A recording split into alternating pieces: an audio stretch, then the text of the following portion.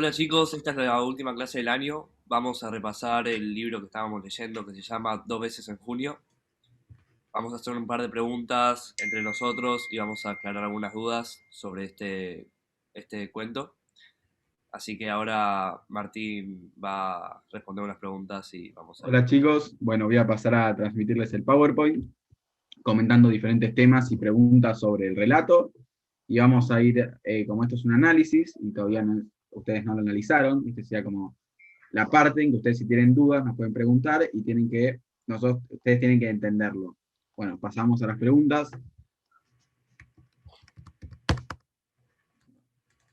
Ahí, ahí va. ¿Qué sucede con la muchacha que estaba encarcelada en la base militar? ¿Y qué condiciones presenta? Bueno, ¿alguno sabe la respuesta?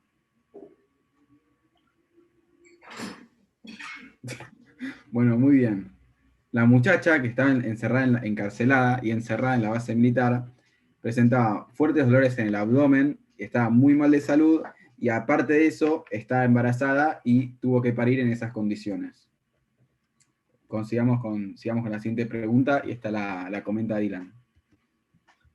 Bueno, invitamos primero a cada uno en sus casas si sabe la respuesta que ponga pausa y pueda responder.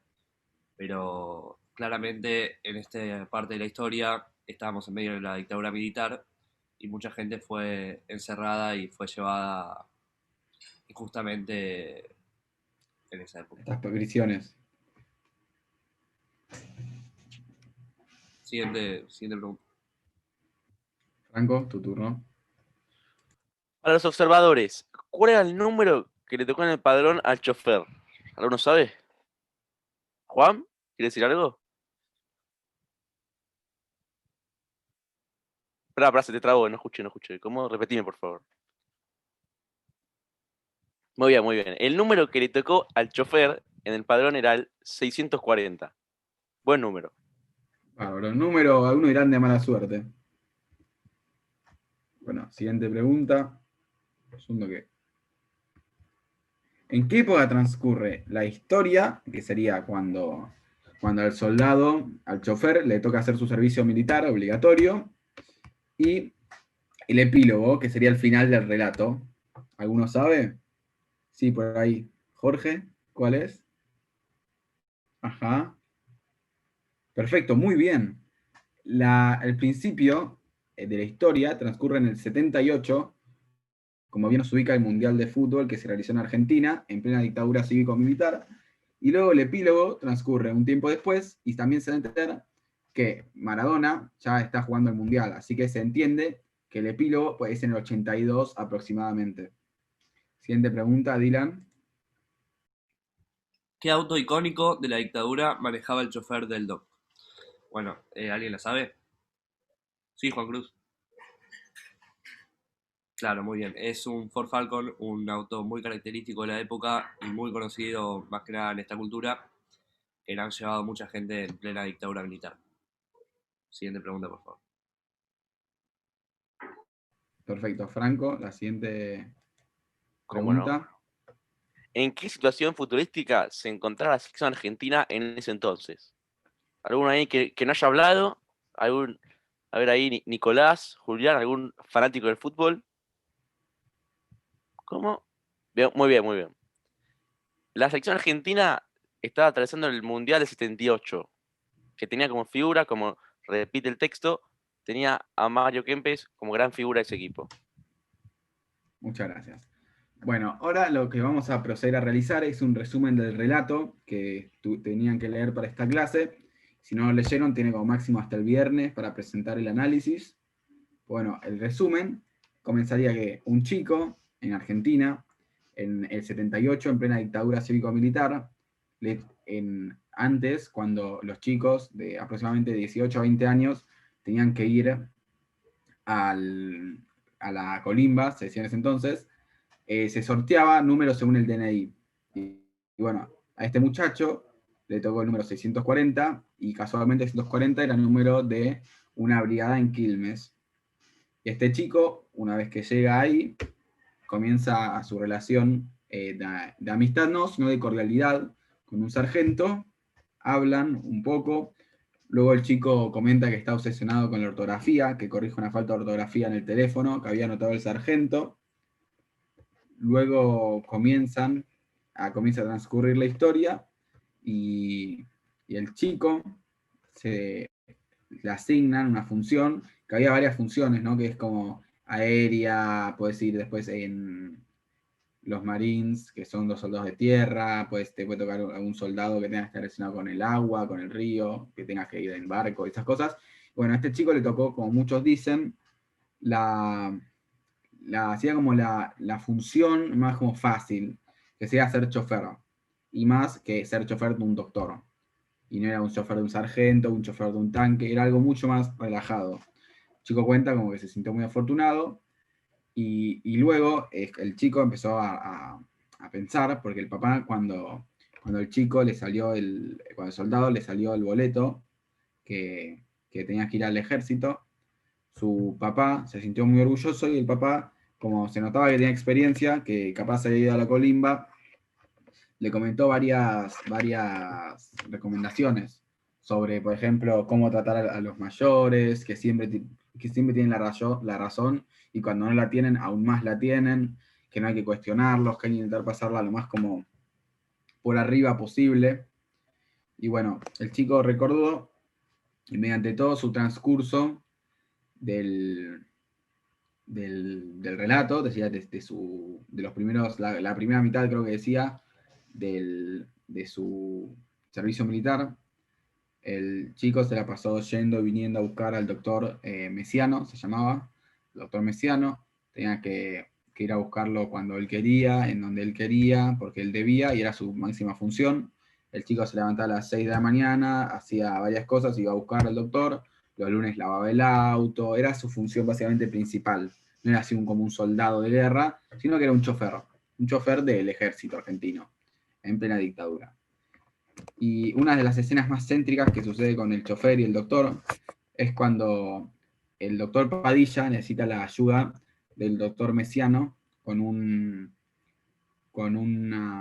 opinión sobre algo de un bebé, que ahora lo vamos a comentar más adelante, que necesita su opinión. Entonces el doctor Mesiano fue al estadio de River a ver con su hijo el partido de la selección argentina y el sargento tuvo que obligar al chofer, cuyo nombre lo desconocemos, al chofer que vaya a buscar al doctor Mesiano, y estuvo varias horas ahí esperando al doctor Mesiano, pasó por una pizzería, y luego como Argentina no obtuvo un buen resultado de ese partido, el doctor Mesiano está bastante furioso, y fueron a un bar a tomar unos tragos, y ahí conocieron unas chicas, unas mujeres que vendían sus servicios, y el doctor Mesiano como que compró servicios para los tres, y una vez que una vez que terminó toda esa escena, el chofer se quedó como bastante impactado, por decirlo de alguna manera, como bastante tocado por esa situación. Es una situación que va soñando y recordando a lo largo de la historia. Bueno, una vez que es chofer, también tiene la base, que en este caso era en Quilmes. Que la situación central en la base en ese entonces era que había una muchacha, como bien comentamos antes, como comentó Dylan, y comentamos que había una muchacha encerrada, encarcelada, probablemente porque se oponía a los pensamientos de los regímenes militares de ese entonces. Y bueno, esa muchacha era evidentemente muy maltratada por información que capaz no tenía o capaz no quería decir. Y bueno, él la va maltratando hasta que el doctor Mesiano dice como que basta, ya no da más, ya un golpe así fuerte y la matás, y ya muerta no sirve de nada. Igualmente ellos decían que ya con ser prisionera ya es como estás muerto. ¿Ok? Entonces, cuando ella tenía una situación muy, muy característica de toda como la amenaza que le hacen, que es que ella estaba embarazada. Ella dio a luz, ¿y qué pasa? El hijo, que cómo empieza el relato, que es una letra que dice cómo torturar a un bebé, o desde cuándo se puede torturar a un bebé, era porque querían extorsionarla, torturando al bebé, que en este caso se llama Guillermo, el bebé, que la mamá le pone el nombre Guillermo, y como que todo gira en torno al bebé. En la base militar es como, ¿cómo podemos torturar al bebé? ¿Cuánto tiene que pesar el bebé para ser torturado? Y eso, para intentar sacar información a la muchacha. Bueno, una vez que termina todo ese tema, termina como en un gris, el tema todo esa de la parte del bebé y la muchacha, como que la muchacha termina encerrada y el bebé queda como en un gris, que más adelante vamos a ver en el epílogo qué sucedió con el bebé. Y sí que transcurre la historia, el doctor y el chofer empiezan a llevarse bien, empiezan a tener una muy buena relación, más como de amistad. Y bueno, una vez que ya transcurrió todo eso, que ya el fútbol, ya como todo ese tema había quedado aparte y ya era más como laboral, que era ir y venir, que habían viajes que capaz, esto es un resumen muy, muy breve, que habían viajes que capaz el doctor tenía que hacer algo, como ustedes bien saben, el del portón que se quedó una hora esperando, el chofer en la calle, que cuando tenía que ir a buscar, lo tenía que ir a buscar a algún lado, cuando tenía que llevar a algún otro lado. Eran transcursos breves, eran cortos, de horas capaz, que como bien dice en historia, ustedes lo tienen nombrado, si leyeron la historia van a saber de qué estoy hablando. Y bueno, hasta ahí sería como un resumen muy por arriba, muy general. Que era básicamente un chico que le tocó ser chofer de un doctor, que a veces tenía actitudes raras o actitudes muy formales, y que en la base militar había una muchacha encerrada con un bebé. Eso es como un breve resumen del relato, muy breve, para analizar. Si alguno tiene una duda, me la puede comentar ahora. Sí, decime. Ajá. No, no se conoce el padre del bebé, de la muchacha que estaba encerrada en la base. Pero bueno, no creo que sea relevante para el transcurso del resumen. Así que bueno. Luego igual hay una actividad que ustedes tienen que realizar preguntas que le harían al autor, que luego se las subiremos al campus para que la puedan realizar.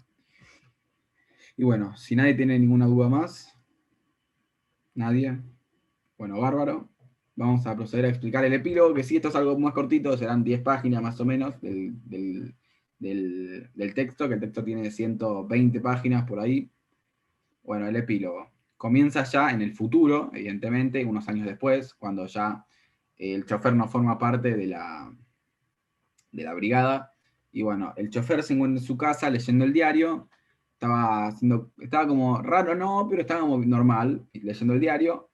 Y de nuevo en una lista de difuntos que tenía el diario por todo el tema de los militares y todo ese ambiente, tiene una lista de la gente difunta, la gente que murió o está desaparecida, y en eso está leyendo y nota el apellido, el nombre del apellido, Mesiano, que es el nombre del doctor. El tipo dice, ¿qué pasó?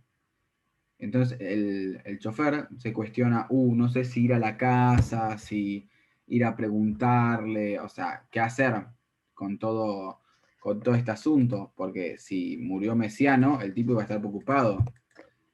Entonces él procede a ir a la casa de Mesiano, que la conocía, porque cuando lo iba a buscar y venía, lo recogía, que decía que era algo muy discreto su relación, que luego ahora se va a volver más como más encariñada. Era algo muy discreto, que lo iba a buscar a la casa, lo llevaba a la base, el doctor así trabajaba, el chofer trabajaba, y bueno, realizaban su servicio militar. Va a la casa, la atiende una mujer, que se desconoce bien quién era, eran ahí especulaciones, que era una familiar, una amiga, no se sabe, y dice de parte de quién, bueno, dice el chofer y todo eso, y se encontraban con el doctor Mesiano, y dice, ¿dónde estás? Tipo, la mujer con el doctor Mesiano le dice, no, está en una reunión familiar. Cuestión, el chofer va a la reunión familiar, que creo que era en Olivos o alguna zona así de provincia, no era en capital, que estaba dudando en ir por un camino, por otro, bueno, cuestión.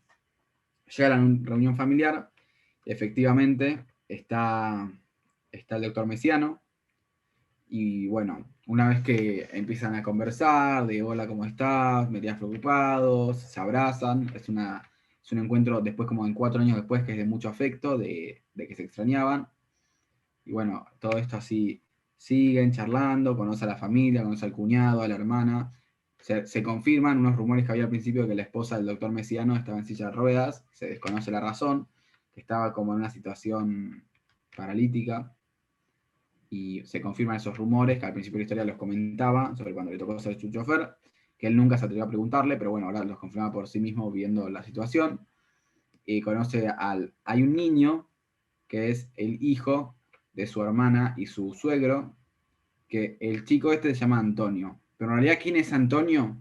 Cuestión. Antonio es Guillermo, el hijo de la muchacha que estaba encerrada en la base militar. Y cómo llegó ahí es uno de los enigmas de esta historia, claramente, porque es unas preguntas que ustedes le podrían realizar al autor de cómo llegó Guillermo a las manos del doctor Mesiano. Y bueno, básicamente lo que nos deja el epílogo es que se reencuentran y una vez que están en la casa, el chofer conoce a la familia, alguna que otra familiar se le insinúa al chofer como para estar con él.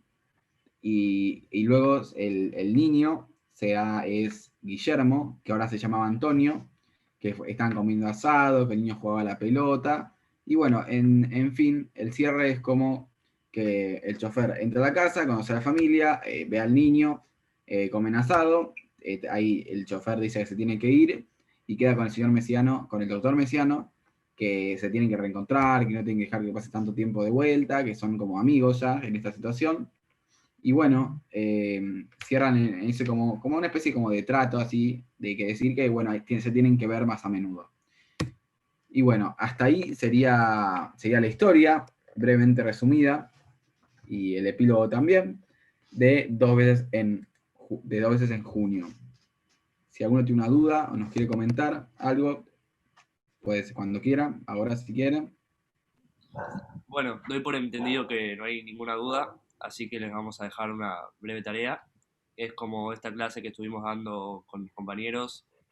Ustedes puedan armar una clase brevemente de aproximadamente entre 20 y 40 minutos acerca de este mismo relato y puedan sacar sus propias conclusiones, preguntas al autor, quizás hasta consignas y puedan despejar dudas. Franco, ¿querés agregar algo más?